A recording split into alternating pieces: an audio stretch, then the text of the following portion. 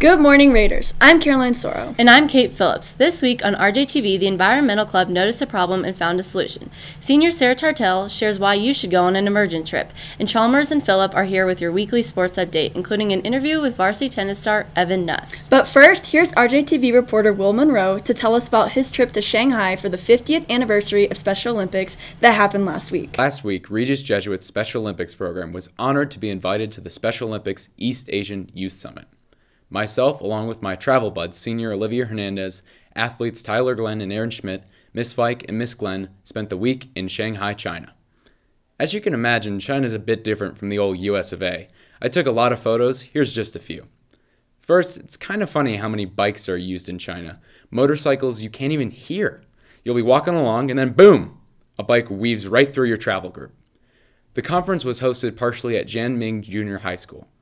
This was during what was known as a gymnastics class, a bit different. This is just the schoolyard, which is really a big red and green basketball court. We presented many times at the conference describing Regis Jesuit's amazing Special Olympics program. We saw the famous Pearl Tower from across the Huangpu River, which is a tributary of the Yangtze. The whole conference group visited Coca-Cola World Shanghai. The people we met were remarkable and from many different countries, including Mongolia, India, and Malaysia. But what we brought back with us was just more than memories. We wanted to continue our amazing unified program here at Regis Jesuit and expand our movement of inclusion. Join us. Thanks, Will. The Environmental Club has been hard at work this year. RJTV reporters Andrea Woodward and Olivia Restivo have the story.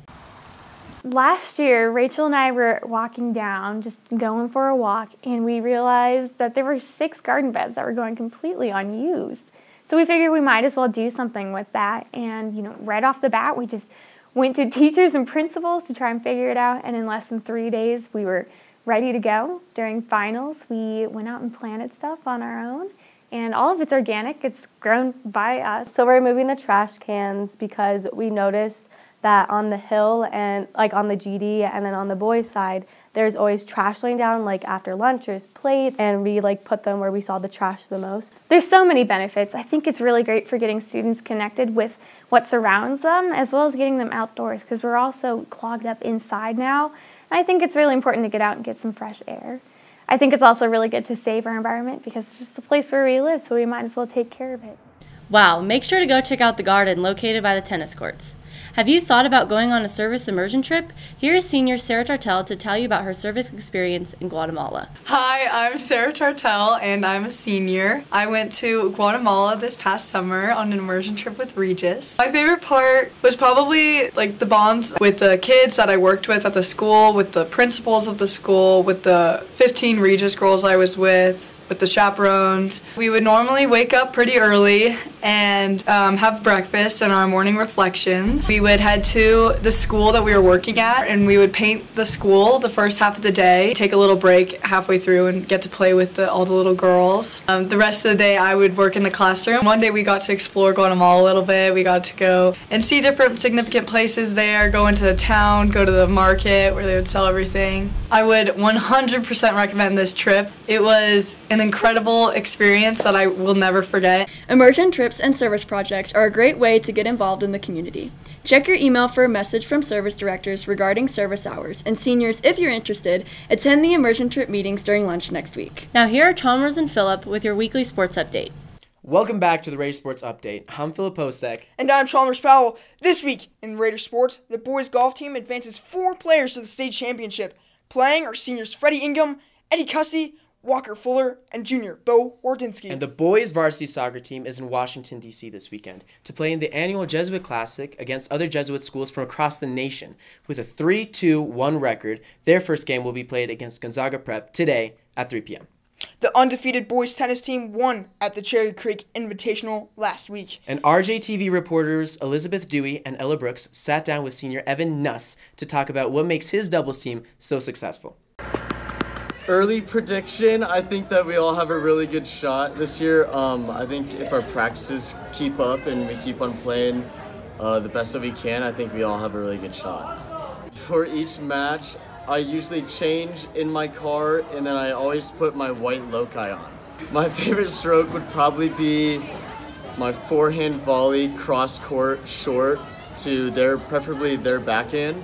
Something that makes us work so well is we played with each other for the last 3 years, and we put up really good results at state each year, so it just kind of helps with us knowing like what he's good at, what I'm good at, what I'm bad at, what he's bad at, and we can just help each other like that. Go catch the tennis team next Tuesday at 3:30 against Douglas County. The girls field hockey team has 5 wins, 1 tie, and only 1 loss, playing tonight at 4:15 against Fossil Ridge. Girls volleyball is continuing its success with a 7-4 record. Softball is currently 8-7, playing tonight against Arapahoe at 4:30. And with a record-breaking season, cross country is running ahead of the competition. Junior Isalina Kolesman recently broke the school's 5K record at the Liberty Bell Invitational with a time of 18:07. They have a meet today at the Dave Sanders Invite starting at 4. And our sports spotlight this week goes to linebacker Gino Macias, containing the competition with 55 tackles and 2 sacks this season alone. Macias was honored this week as the Northwest Region Player of the Week by Max Preps. Tonight, Macias and the Raiders take on Horizon High School. This is also our military and first responders appreciation game with a 4-plane flyover and a flag presentation. Be there tonight at 7 at Lou Kellogg Stadium or join us online on the Raider Sports Network. Back to you, Kate and Caroline. Thanks, Phillips and Chalmers. Finally, here's a fan favorite, Kylie and Armando on the quad. Hey guys, I'm Kylie. And this is Armando. And we're back with Kylie in the quad. We have the T. What's your name? Hi, I'm Kira. All right, Kira, Nicki Minaj or Cardi B? Nicki Minaj all the way. Hi guys, I have an important question for you. Okay. Nicki Minaj or Cardi B? Nicki Minaj. Cardi B or Nicki Minaj? Cardi. Nicki. Bodak. Thank you all for watching. Catch us next time on Kylie and the Quad. We have the T. Thanks for watching, and don't forget to join us next week. And as always, feel free to leave us comments and suggestions via Twitter or Instagram. Bye!